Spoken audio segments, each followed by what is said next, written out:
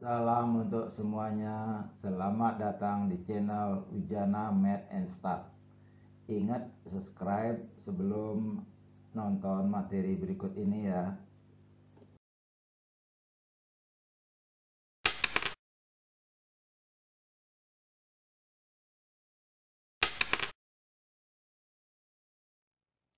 Sekarang kita akan membahas tentang pengujian hipotesis. Dalam statistika inferensial, intinya adalah pengambilan kesimpulan atau keputusan tentang populasi berdasarkan sampel atau cuplikan dari populasi secara acak, bukan dengan cara sensus atau pengambilan data dari keseluruhan populasi. Sebelum pengambilan kesimpulan atau keputusan, terlebih dahulu dibuat hipotesis atau semacam kesimpulan awal. Dalam statistika, hipotesis merupakan pernyataan tentang parameter dari suatu populasi, misalnya tentang mean atau mu, median, modus, bisa simpangan baku, varians, dan lain-lain. Perhatikan gambar ini untuk lebih jelas. Ini kita punya populasi, variabel acaknya X besar, biasanya notasinya, kemudian punya parameter mean, punya parameter standar deviasi atau simpangan baku, ukuran populasi, kalau ada itu simbolnya N besar. Kemudian kita mengambil sampel secara acak. Ini variabelnya biasanya X kecil, kemudian ada X bar, ini sebagai penaksir dari min. Kemudian ada S kecil, simpan baku dari sampel, penaksir dari ini simpan baku populasi. Kemudian ada N kecil atau ukuran sampel. Ini langkah-langkah pengujian hipotesis. Yang pertama, kita buat hipotesis dari masalah yang ada. Kemudian kita buat kriteria pengambilan keputusan berdasar bisa menolak atau menerima hipotesis nol, istilahnya nanti akan dijelaskan. Kriteria ini dibuat berdasarkan uji statistik, bisa uji T atau uji Z, tergantung dari asumsi-asumsi dari masalah yang kita hadapi. Kemudian berdasarkan statistik uji, kita hitung nilai statistik uji berdasarkan data yang ada, kemudian dibandingkan dengan kriteria, ya, lalu diambil suatu kesimpulan atau keputusan.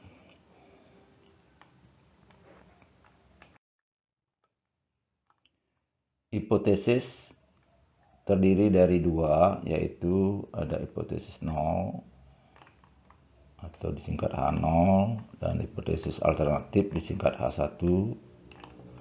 Nah, H1 ini yang ingin dibuktikan benar. H0 biasanya memiliki, dalam menyatakan H0 biasanya memiliki tanda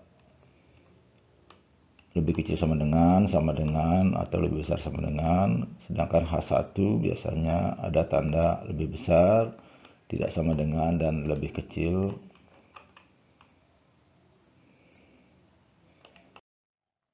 Ini untuk lebih jelasnya contoh hipotesis ya. Ada 3 jenis. Ini contoh 1, sering disebut dengan arah kanan. Ini H0-nya adalah contoh untuk min ya. Mu sama dengan 1,8 juta versus H1 mu tidak sama dengan 1,8 juta. Sekali lagi ini tentang min. Contoh 2, H0 mu lebih kecil sama dengan 1,8 juta versus, ya ini tentu saja kebalikannya, H1 mu lebih besar 1,8 juta. Contoh 3, H0 mu lebih besar sama dengan 1,8 juta versus H1 mu lebih kecil 1,8 juta.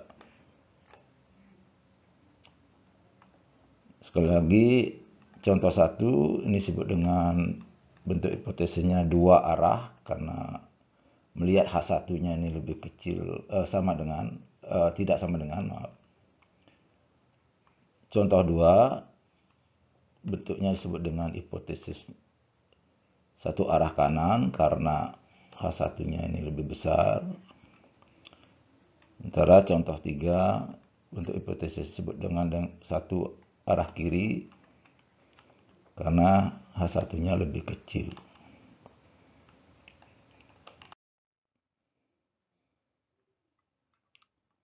Setelah hipotesis dibuat, kemudian dilakukan menentukan statistik uji dalam rangka membuat kriteria pengambilan keputusan juga. Kemudian berdasarkan statistik uji dan data, kita hitung nilai statistik ujinya berdasarkan data. Kemudian dibandingkan nilai statistik uji dengan kriteria, nilai statistik uji dibandingkan dengan kriteria, lalu kita ambil suatu kesimpulan atau keputusan.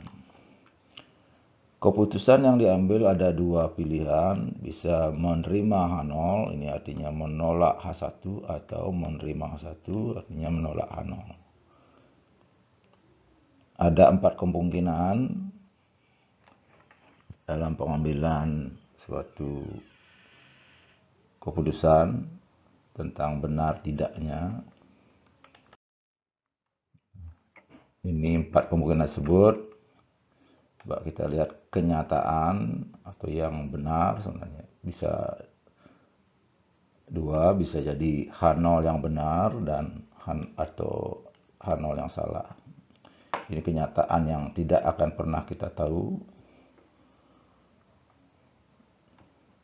Kemudian keputusan yang kita ambil bisa menerima H0, bisa menolak H0. Sehingga ada 4 kemungkinan. Kemungkinan pertama H0 benar, terus kita menerima H0, ini berarti keputusan yang tepat. Yang kedua, H0 salah, terus kita menolak H0, ini juga keputusan yang tepat. Yang ketiga, H0 benar, tetapi kita menolak H0. Ini adalah kesalahannya. Tepatnya disebut dengan kesalahan tipe 1 atau ditulis ini alfa ya. Probabilitas terjadinya kesalahan tipe 1 ini adalah alfa. Kemudian yang terakhir, yang keempat, H0 salah. Maaf, H0 salah, tetapi kita menerima H0. Nah, ini kesalahan juga, atau kesalahan tipe 2, atau kemungkinannya itu disebut dengan beta.